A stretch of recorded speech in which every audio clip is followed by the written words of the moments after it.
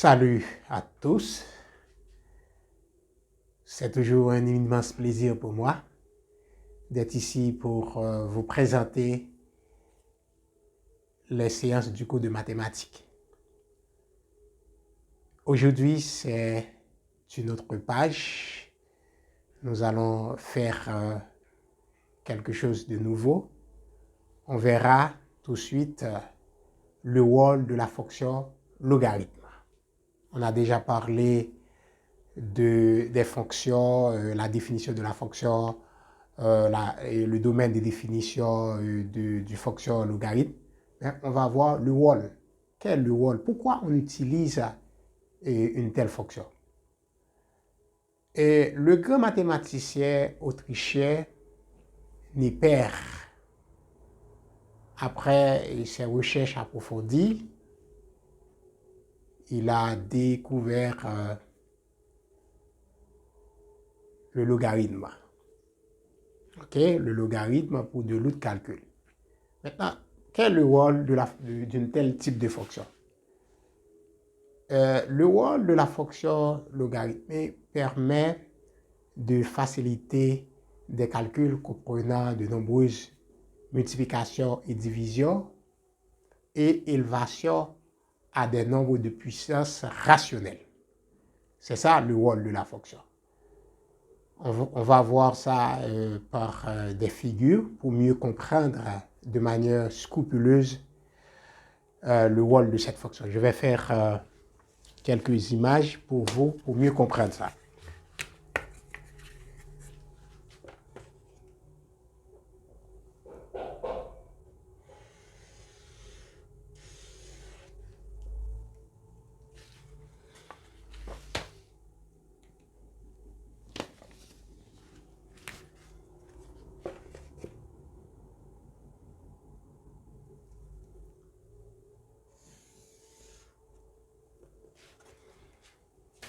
OK.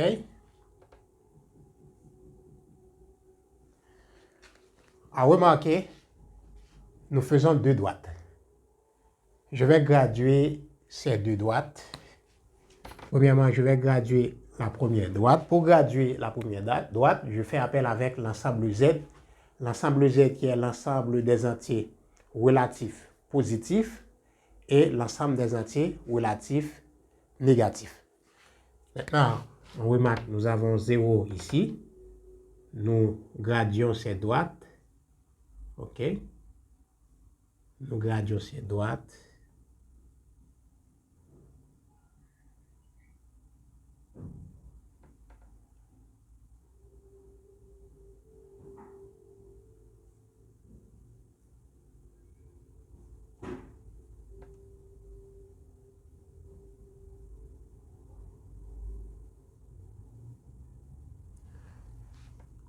Nous avons 1, 2, 3, 4, 5.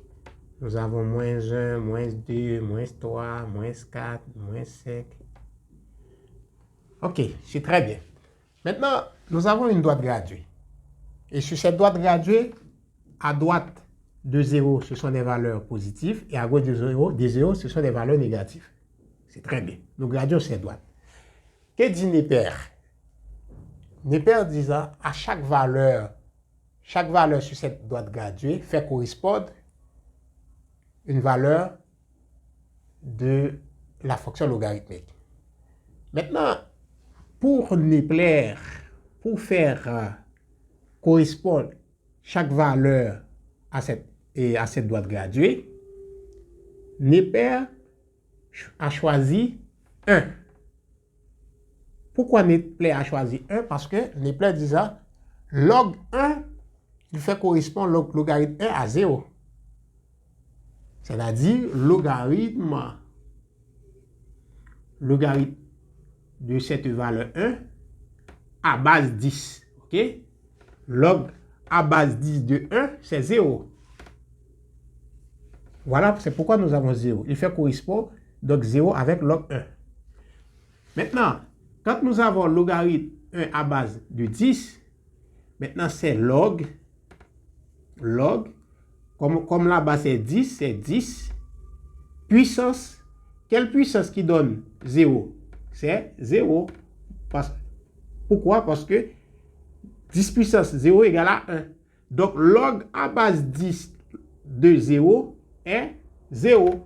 Parce que la fonction, le logarithme a pour fonction d'extraire la puissance. C'est-à-dire, donc la puissance est 0. Tout le nombre élevé à la puissance 0 est égal à 1. Sauf 0 exposant 0 qui est égal à un déterminant. Donc, c'est-à-dire, logarithme à base 10. À ne pas oublier, quoique la base n'est pas écrite, mais le logarithme, c'est à la base 10. Si on n'a pas précisé donc la base, le logarithme, c'est toujours à base 10. Ok, c'est pourquoi nous avons 1 ici. Maintenant, Neper dit, pour faire correspondre, donc 1, la valeur de 1, à remarquer sur cette échelle, nous prenons l'échelle 1.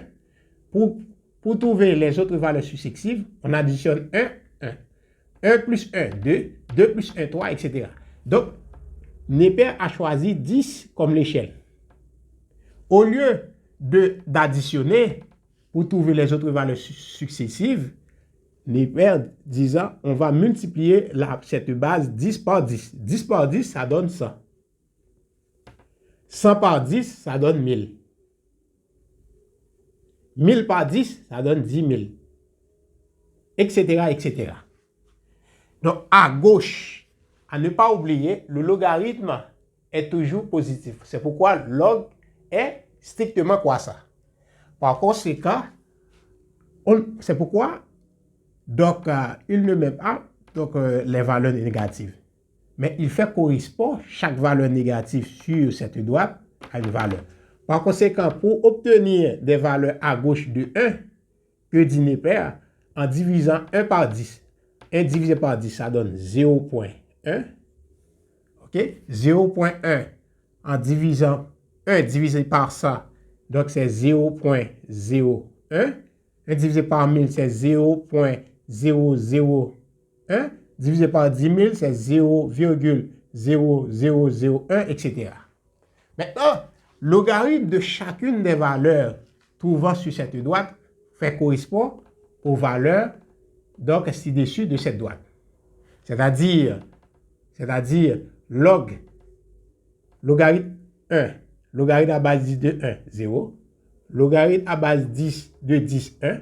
Logarithme de ça à base 10 est 2. Logarithme de 1000 à base 10, logarithme à base 10 de 1000 est 3. Etc. Et à gauche, ce sont la même chose.